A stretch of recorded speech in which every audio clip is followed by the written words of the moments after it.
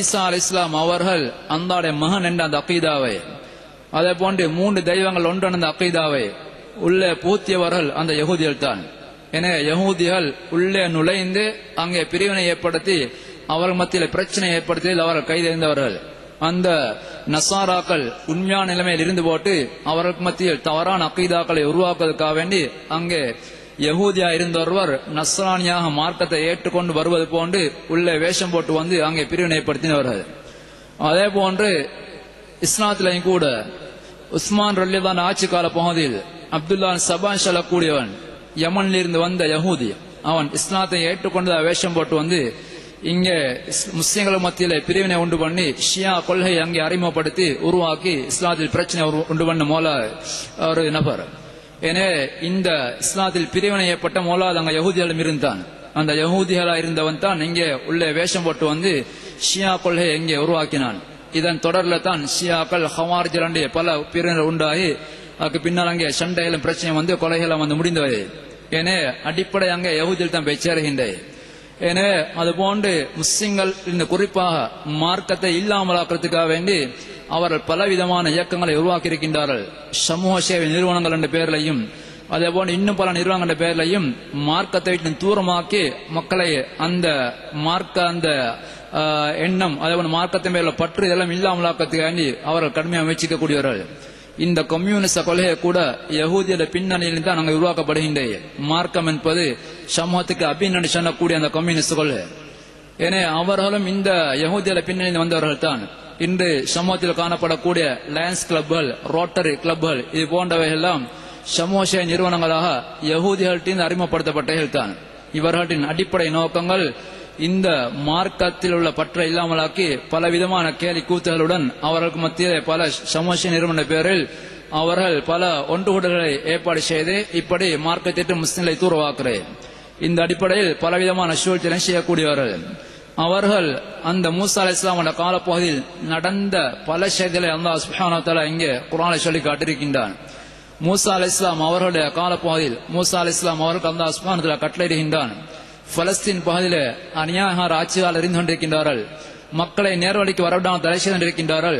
அப்படிப்பட்ட மக்களை அவர்களுடன் ஜிஹாதி செய்வதற்காக வேண்டி அல்லாஹ் சுப்ஹானஹு வ தஆலா அங்கே மூசா அலைஹிஸ்ஸலாம் அவர்கள் கட்டளையிடுகின்றான்.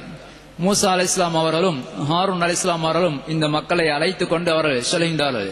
ஜிஹாதுக்கு நாங்கள் வருவோம் என்று வாக்களிக்கின்றார்கள், செல்கின்றார்கள்.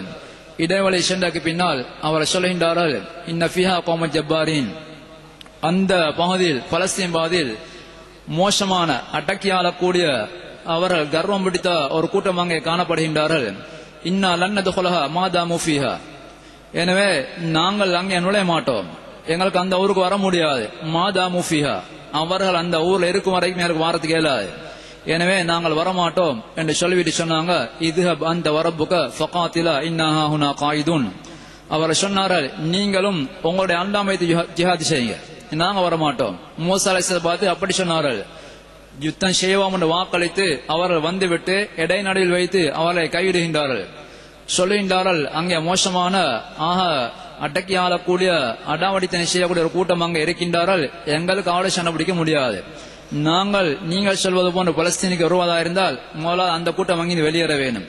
அப்படி இல்லை என்று இருந்தால் நீங்களும் உங்களோட ரப்பும் வைத்து யுத்தம் செய்யுங்க, எனவே நாங்க அங்க வரமாட்டோம். இன்னஹா ஹுனா காயிதுன், நாங்க இங்கே உட்கார்ந்து கொண்டிருப்போம், நீங்க போய் சண்டை பிடிச்சிட்டு வாங்கன்னு அவங்க தைரியமா நபியை பார்த்து சொன்னார்கள்.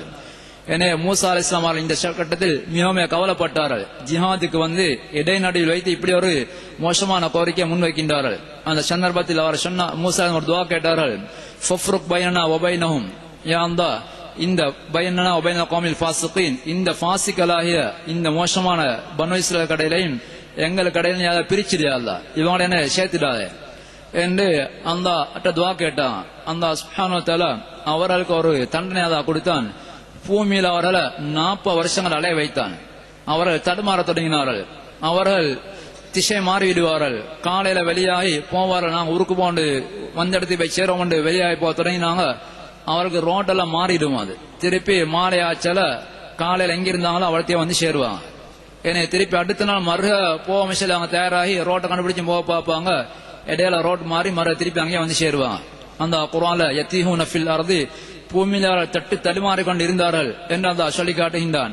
கிட்டத்தட்ட 40 வருஷ காலங்கள் சொந்த இடங்களுக்கு போக விடாமல் அல்லாஹ் சுப்ஹானஹு வ தஆலா இந்த நபிக்கு அவர்கள் இப்படி ஒரு இக்கட்டானம் ஏற்படுத்தின் காரணமாக அப்படியே அந்த தடுமாற வச்சான். மூசா அலைஹிஸ்ஸலாம் அவர்கள் இவர்கள் அந்த தீ என்று சொல்லக்கூடிய பாதி, இவர்கள் தடுமாறின பாதி தீ என்று சொல்லப்படுகின்றது. அந்த பாதியில் அவர்கள் 40 வருஷங்கள் அலைக்கழிந்தார்கள். அந்த கால பாதியில் மூசா அலைஹிஸ்ஸலாம் அவர்கள் மரணித்து விடுகின்றார்கள். அதே போன்று அவருடைய மூசா சகோதரர் ஹாரூன் அலைஹிஸ்ஸலாம் அவர்கள் மரணித்து விடுகின்றார்கள். அந்த 40 வருஷம் அந்த கால பகுதியில் மூசா அலைஹிஸ்ஸலாம் அவருடன் ஜிஹாதுக்காக வழியாகி ஜிஹாது ஷேவமனு வழியாக வந்த பனு இஸ்ரேல் எல்லாருமே மரணித்திடுகின்றார்கள். அவருடைய சந்ததியில் சிலர் இருந்தார்கள். அவருடன் இருந்தவர்களில் மூசா அலைஹிஸ்ஸலாம் அவருடைய முக்கியமான மாணவர்கள் ஒருவராகவும் பின்னால் நபியா அனுப்பப்பட்டவருமாகிய யூஷா இப்னு நூன் என்று சொல்லக்கூடியவர்கள். யூஷா இப்னு நூன் என்று சொல்லக்கூடிய ஒரு நபி, அவர் அந்த அல் குர்ஆனில் பேர் குறிப்பிடப்பட்டில்ல, ஆனால் அவர் நபி. அந்த யூஷா இப்னு நூன் சொல்லக்கூடியவர் அவர் மௌத்தாக மெஞ்சிருந்தார். அப்படி ஒரு சிலர் பேலன்ஸ் ஆனாங்க. மற்ற பெரும்பான்மையானவர்களும் அந்த 40 வருஷம் தடுமாறி கொண்டிருக்கக்கூடிய சந்தர்ப்பத்தில் மரணித்து விடுகின்றார்கள். மூசா அலைஹிஸ்ஸலாம் அவர்கள் மரணித்தார்கள். அதேபோல் ஹாரூன் அலைஹிஸ்ஸலாம் அவர்கள் மரணித்து விடுகின்றார்கள்.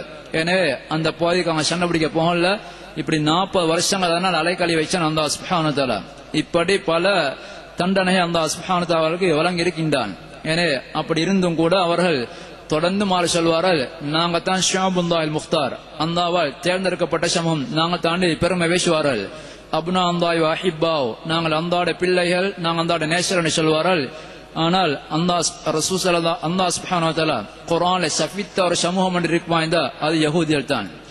எனவே அவர்களை பற்றி அந்த பல குறை சொல்லி காட்டி இப்படி எல்லாம் அவங்கள்ட்ட பண்புகள் காணப்படுகின்றன, இதெல்லாம் இருப்பதன் காரணமாக சபிக்கப்பட்டிருக்கின்றார்கள் என்று அந்த குறிப்பாக அவளை பற்றி சபிக்கப்பட்ட அந்த சொல்லி காட்டியிருக்கின்றான். எனவே அவர்கள் தொடர்ந்து அவர்கள் முஸ்லிம்களுக்கு மத்தியிலையும் அதே போன்று கிறிஸ்தவர்கள் மத்தியிலையும் கூட இப்படி பிளவுகளை ஏற்படுத்திக் கொண்டு அவருடைய கொள்கையை பாதுகாப்பதற்காக வேண்டியும் அவங்களுடைய மார்க்கத்தை சரிப்படுத்துவதற்காக வேண்டியும் மற்ற மக்களை அவர்களுடைய மார்க்கத்தை பின்னால் வந்த மார்க்கங்கள் எல்லாத்தையுமே பிரச்சனைப்படுத்திக் கொண்டிருந்தார்கள். அவர்களுடைய யஹூதியத் மார்க்கம் தான் கியாமத் வரைக்கும் சரியான ஒரு மார்க்கம் என்று சொல்வதற்காக வேண்டி அவர்கள் சில கொள்கைகளை வகுத்தார்கள். நாங்கள் அறிந்திருக்கின்றோம், குர்ஆன்ல கூட சில சட்டங்கள் ஆரம்பத்தில் ஒரு சட்டம் அமல்படுத்தப்பட்டு அதுக்கு பின்னால் அந்த சட்டம் மாற்றப்படும். நாசிக் மன்சூக் என்ற ஒரு வாதி இருக்கின்றது. எனவே சட்டங்கள் மாற்றப்பட்டு வேறு சட்டங்கள் வரும். அதேபோல் அல்லாஹ் சுப்ஹானஹு வ தஆலா ஆரம்பத்தில் யஹூதியத் தௌராத் மார்க்கத்தை எல்லாம் இறக்குகின்றான். அந்த மார்க்கத்தை எல்லாம் மாற்றி அமைத்து அதை மன்சூக், அதை மாற்றப்பட்டதாக்கி அந்த இஞ்சில் வைத்து அங்கே கொடுக்கின்றான். அந்த இஞ்சில் தௌராத் ரெண்டையும் மாற்றி அமைச்சு அந்த குர்ஆனை கடைசி விதமாக வழங்குகின்றான். எனவே அவர்கள் இந்த அல் குர்ஆன் அந்தாட இறை மார்க்கங்களில் நஸ்ஹ், அதாவது மாற்றுதல் என்ற செய்தியை அவர்கள் ஏற்றுக்கொண்டால் அவருடைய யஹூதியத் மார்க்கம் மாற்றப்பட்ட செய்தியாளர்கள் ஏற்றுக்கொள்வார். எனவே அவர்களுடைய அகீதாவார் சொல்வார்கள், அந்தாட மார்க்கத்தில் மாற்றங்கள் கிடையாது, அந்த ஒரு மார்க்கத்தை இறக்கினாண்டா அது மாற்றப்பட மாட்டாது. அந்த கொள்கை அவர்கள் பேசினால்தான் யஹூதியத் மார்க்கம் என்ற தௌராத் மாற்றப்படலைன்னு அவங்களுக்கு சொல்லலாம். எனவே அந்த தௌராத்தை பாதுகாப்பதற்காண்டி கடைசி வரைக்கும் தௌராத் தான் சரியான மார்க்கம் என்பதை அவர்கள் மக்கள் மத்தியில் காட்டுவதற்காக வேண்டி அந்த அல் குர்ஆன்லயோ அல்லது வேறு பொதுவாக மார்க்கங்களை மாற்றுதல், அந்த ஒரு காலத்துக்கு ஒரு சட்டத்தை கொடுத்து போட்டு அடுத்த காலத்தில் இன்னொரு காலத்தில் வேற சட்டங்களை மாற்றி அமைப்பான். குர்ஆன் அப்படி நிறைய இருக்கின்றது. அப்படி அந்த மாற்றி அமைப்பது நடக்காத காரியம். அந்த ஒரு சட்டத்தை அமைத்தான்டா அது இறுதியானதான். எனவே மனிதர்கள் தான் ஒரு சட்டத்தை போட்டு பார்ப்பாங்க. போட்டு பார்த்துட்டு அவங்களுக்கு அது பிறகு தான் தெரிய வரும், இதுல சட்டத்தில் ஓட்டு வைக்குது, எனவே நாங்கள் வேற சட்டம் மாற்றணும் என்று சொல்லி அவங்க தான் மனுஷனை யோசிப்பான். அந்த அறிவுள்ளவன், எனவே அந்த எல்லாத்த பற்றியும் தீர்க்கமா அறிந்து வைத்திருக்கக்கூடியவன், எனவே தீர்க்கமா அறிந்து வைத்திருக்கக்கூடிய அந்த அறிவில் குறை ஏற்படுத்தக்கூடியதாக காணப்படும் இவ்வாறு மாற்றங்கள் நிகழ்ந்தது. எனவே நாங்கள் இந்த ஒரு சட்டத்தை போடுவோம், எனவே கொஞ்ச நாள் போச்சு எங்களுக்கு விளங்குது இது சட்டம் சரி வர இதுல பிழைக்குவாது, எனவே நாங்க மாத்துவோம், அது எங்கட அறிவுல குறை இருக்கின்றதை நாங்க மாத்துகின்றோம். அந்த சட்டங்களை மாத்துவான் என்றிருந்தால் அந்த அறிவுல குறை ஏற்படுத்தும் அது என்ற ஒரு வாதத்தை முன்வைத்து மார்க்கங்கள் மாற்றப்பட முடியாது. அந்த இறக்கின சட்டங்கள் எப்போதும் சட்டங்கள் தான். எனவே தௌராத் மார்க்கம் மாற்றப்பட முடியாது நாங்க வாதாட்டினாங்க. அந்த கொள்கை அவங்க பேசினாங்க தன்னை தௌராத்தை பாதுகாப்பதற்காக வேண்டி. எனவே நாங்கள் தௌராத்தை விட வேண்டிய தேவையில்லை, மார்க்கங்கள் மாற்றங்கள் வராது என்ற செய்தியாளர் பேச ஆரம்பித்தார்கள். எனவே ஒரு சமூகத்துக்கு வேற மார்க்கம் கொடுக்கப்படலாம், ஆனா மார்க்கம் மாற்றப்பட்டு புதிய மார்க்கம் வரமாட்டாது. எனவே எங்களுக்கு கடைசி வரைக்கும் தௌராத்தை பின்பற்றலாம் என்ற செய்தி அவங்க பேசிக் கொண்டிருந்தார்கள். இப்படி அவர்கள் பல கொள்கைகளை அவர்களுக்காக வேண்டி அவர்கள் பேசிக் கொண்டிருந்தார்கள். இஸ்லாம் வந்தக்கு பின்னால் கூட இஸ்லாத்தை அவர்கள் இல்லாத ஒழிப்பதற்காக வேண்டியும் இன்றும் அவர்கள் பலவிதமான திட்டங்களை தீட்டி சூழ்ச்சியல் பல சேவையில் அவர்கள் முன்னணி இருக்கக்கூடியவர்கள்.